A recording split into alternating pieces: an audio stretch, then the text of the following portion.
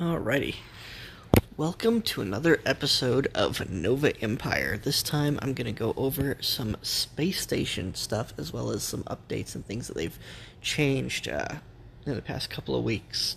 2 weeks, I think it was, right after I made the last video, sadly. So space station stuff, because I want to keep this one a lot shorter than the previous one.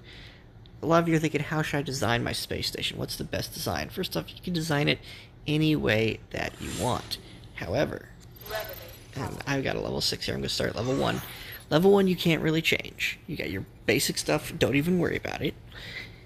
Level 2, you get a choice with resources or space. That's really all you're choosing between is resources and defenses and space stations for building ships. So making resources, spending resources, and defending your base.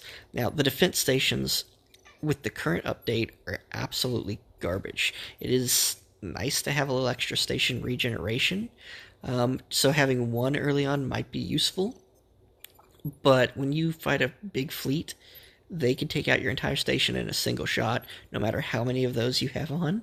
So they're kind of pointless. It's better to either be able to make the money to build ships or to build ships.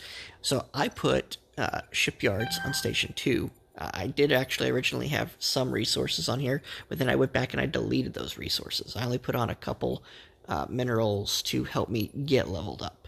I left it pretty low. I don't think I went beyond like level 10 or 11. And then once I got enough resources at level like 5 and 6, I actually deleted it for more shipyards. And the reason I put my shipyards down here is there's not a large difference in the speed of your building between level 1 through level 6. But there's a huge difference in the amount of resources you get between level 1 and level 6. The higher the level, the better the building is. You get small, basic, small, medium, large, stuff like that. So you want your shipyards on the lower levels, and then you want your resources on the higher levels, in my opinion. And some of the buildings you can't change because they're standard, like the top two here I can't change. I did have the bottom two. No, level 3, I did the same thing. I had one extra resource thing, and I did have to build one defensive module, but I replaced both of those with shipyards, and the other 3 buildings you can't change, they're standard. So again, all shipyards at level 3. Level 4, you can build whatever you want at level 4. I didn't even put any resources down for this, though. I just went all shipyards straight off the bat. And then you've got the other 2 buildings that are natural. Level 5, I went all resources. And what I did here was possibly a mistake. Early on, you don't need a lot of energy. You just need a little bit. But I hear when you get to the elite servers, that changes and energy becomes a big thing. So in preparation for that, I built 3 mineral buildings and 4 energy buildings here, and I plan to flip it for level 6, which is exactly what I did, 4 mineral or resource buildings and then 3 energy buildings. But I don't feel this was necessary. I probably should have only done 3 energy buildings here and 4 resources, and the same thing here. And then maybe just one of the buildings on level 5, kept it at a lower level, and I, focus more on leveling up the rest of the buildings. That way, once I go to elite, if I need to get rid of one of those mineral buildings for an energy building, I can do that. That would have potentially been a better plan, but I don't know, maybe this is perfect.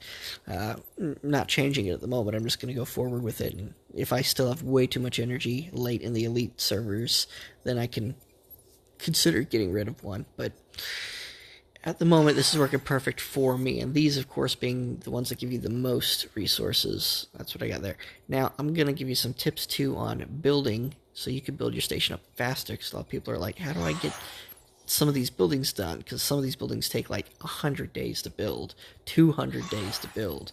Like right now, my next main building upgrade is the radar, which, if I was not in my faction, would take like 170 days to build.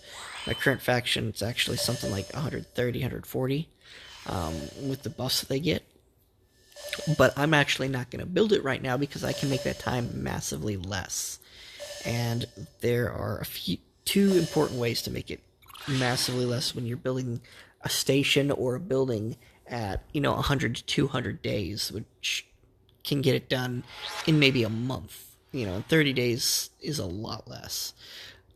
But what you do is there is your alliance bonuses, and you can get some of these bonuses as well from like station build speed. I got 5%. That's not a lot here.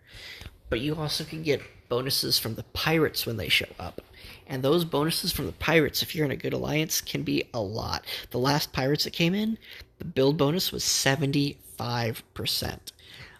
Okay, so 75 plus 5, that's like an 80%. It's not quite because they reduce each other a little bit, but still, that's somewhere between 75 and 80% reduction right there. So if I had a 200, day build timer, it would instantly be brought down from 200 to, like 40 days, which is ridiculous. And that's just one of the things that could reduce it. I can actually reduce that further. There is a boost that you can purchase with GECK, and it's not a lot of GECK. It's actually quite cheap. Station construction. And I have 2 of these right here on the far left. You don't want to purchase the 7-day one. You only need to purchase it for 1 day because it's only when you queue up the building. If you're already building the building, don't use this. You use it before you queue up the new building.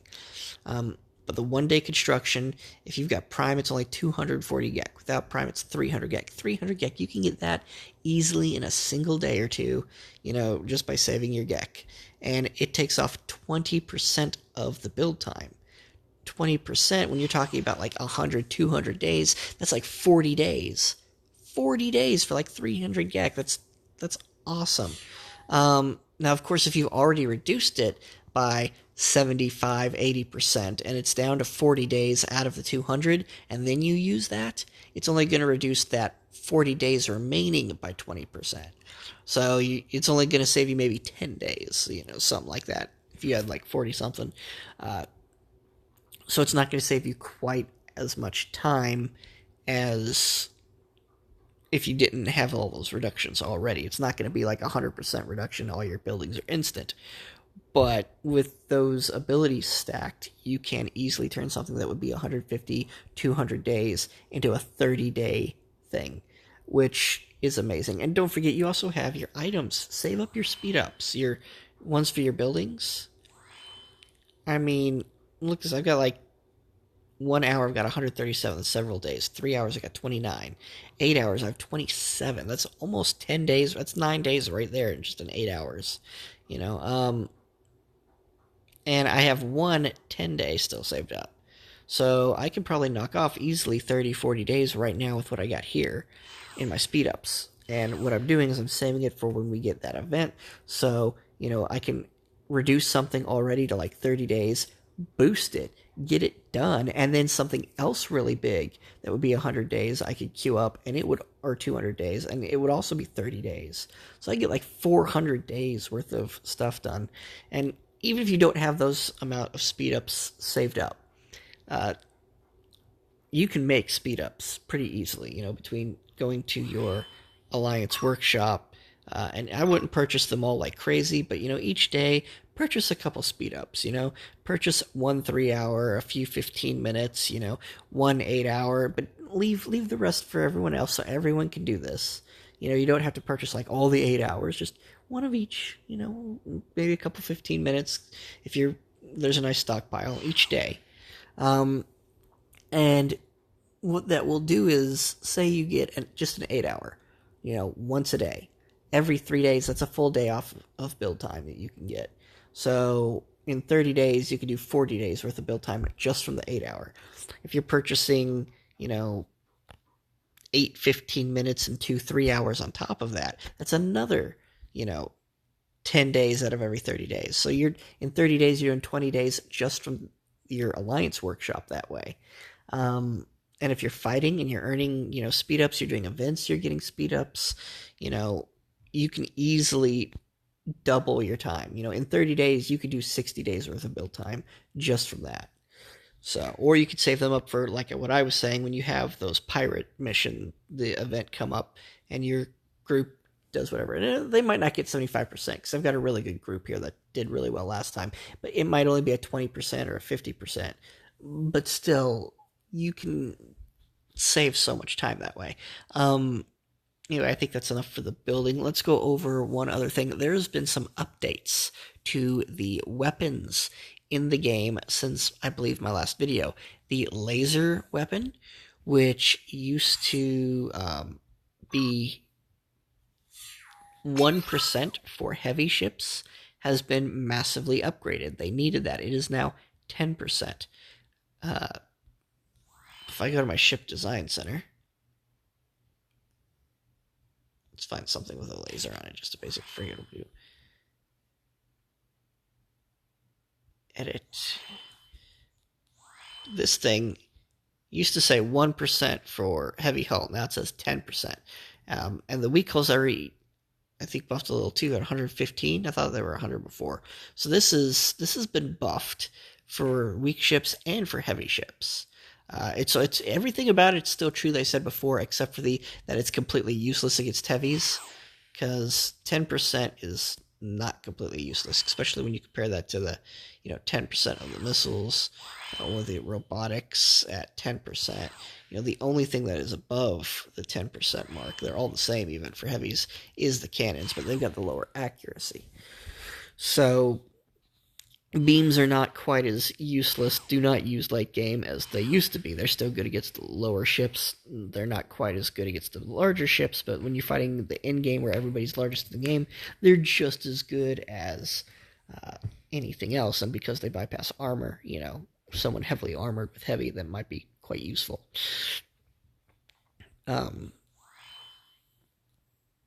Anyway, let's see what else, and then I'll call this a wraps.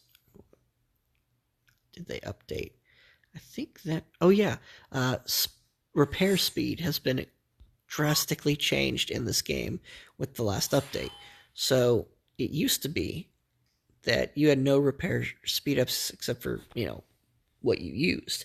Now you can speed up the repair of a ship within 30 minutes. And if you actually have the Prime, you could speed it up for the hour and a half. And that's a lot. Being able to just go free hour and a half speed up, free hour and a half speed up, just bring your ships back and, repair them a lot.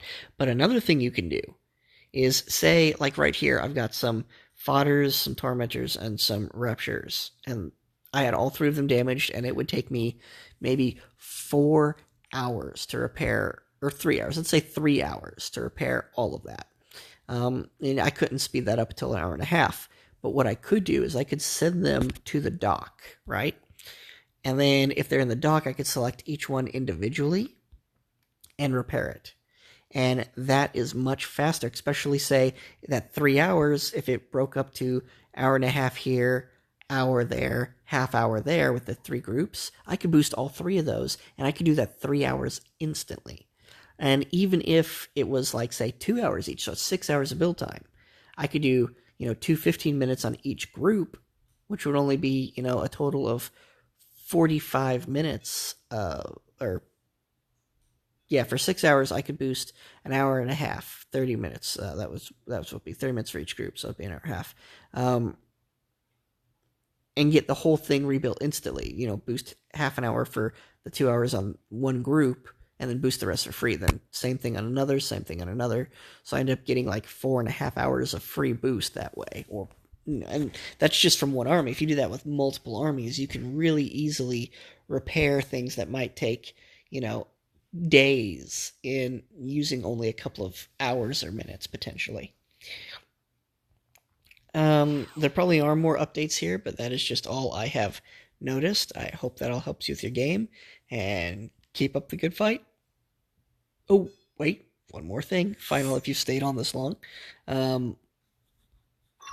I have done some research on ships, and I'm not 100% sure on this one, but these right here, the Amino and Nimoy, however you say that, battle cruisers, I thought they were the second best in the game, and that the Warden ships were the best. The ones above them, the Dreadnoughts for the Intergalactic Kraken. Turns out those Dreadnoughts are the best defensive in the game, but they're not the best offensive. These things are actually the best offensive unit in the entire game for their command points. Because, you can have two of these almost for the same number of command points as one of those. But one of those only has a 25 to 30% attack boost, I believe. And if that's true, then two of these would be significantly stronger by a lot versus one of those. Um, so if you want an offensive fleet, it's going to be the best one in the game would be an army of just the amino battle cruisers. And then you want your defensive fleet of the wardens from the Intergalactic Kraken for the best that I've seen so far. That doesn't mean those will be the all that you have or that are the best for everything. Obviously, these things take forever to build. You don't want to lose these things. They're very hard to get. They're very expensive. Same with those other ships I was just mentioning that might be the best for a single fleet in terms of raw power. But you could do multiple fleets of the ones you can build by hand of different kinds of ships, and you're obviously going to get lots of other Kraken ships from regular Krakens. But I do believe you might be able to reach potentially even 2 million power with some of them, or 1.9 million is what I had seen other people say in other videos. But we'll see how it goes. Anyway, thanks for watching. Give me a like, and see you next time.